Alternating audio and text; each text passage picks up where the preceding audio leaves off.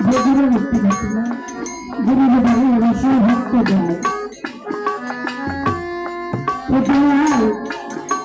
অনেক ভক্ত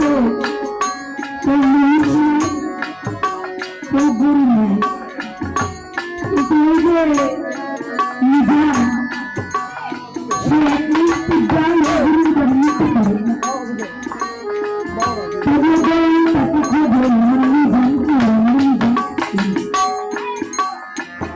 এই দৃশ্য দেখে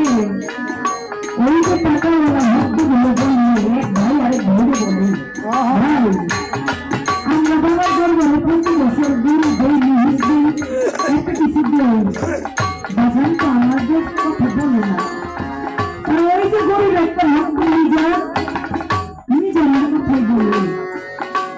এইবার দরবার শেষ করে দরবার কাছে আমরা জানতে চাইবো ভাই নিজাম থাকবে না আমরা থাকবো এইবারই দরবার শেষ দরবারের প্রথম শেষ হয়ে গেছে যে দরবারে চলে গেছে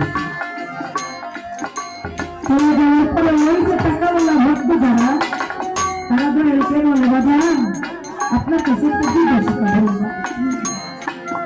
আমরা আপনার দরবারে এত কিছু দেই এত টাকা পয়সা দেই আপনি তো আমাদের কথা বলেন না আপনি সব নিজান করেন কেন করেন আপনি নিজানকে রাখবেন তো আমাকে রাখবেন কেন করেন এটা কথা করবেন বাবা তোমার দেখবা আমরা শুনবো না দেখতে যদি ভালো হয় তাহলে আমরা দেখবো আমরা নিজানের বাড়িতে যাই একটা কার নিয়ে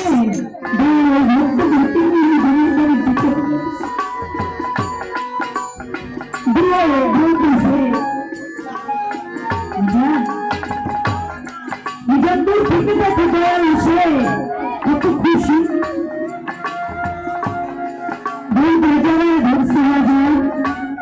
আমি তো এখনই চলে আসলাম আমার পরিত্যাগ কেন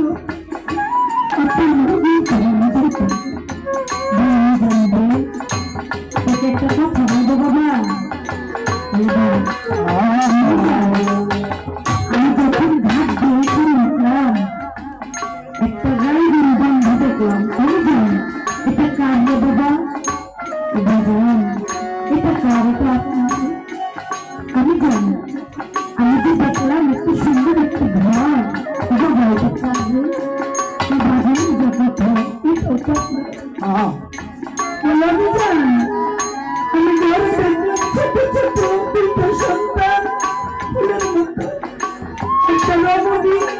আমি জানি না